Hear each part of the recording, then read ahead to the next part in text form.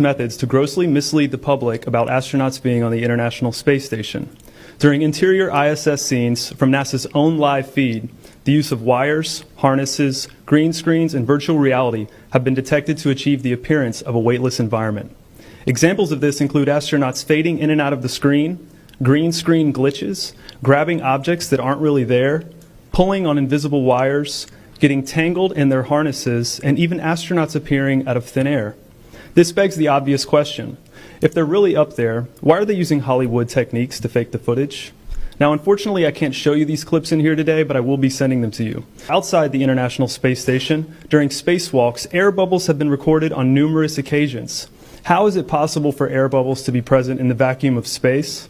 I once questioned astronaut Scott Kelly about this phenomenon. His body language and answers only created more questions.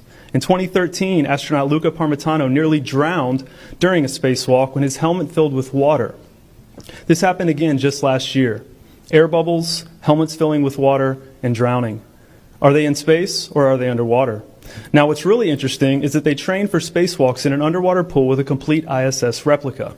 Now, surely they aren't filming these spacewalks in an underwater pool and then editing them to appear if they're in space, because that sure would be something, wouldn't it? I'm calling on the Brevard County Commissioners to open a full investigation into NASA's fraudulent practices and use of taxpayer dollars.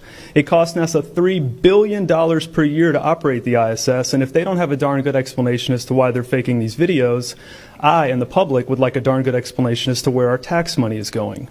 And if they are indeed faking the funk, it is our duty to expose and eliminate this fraudulent and astronomically wasteful ISS program.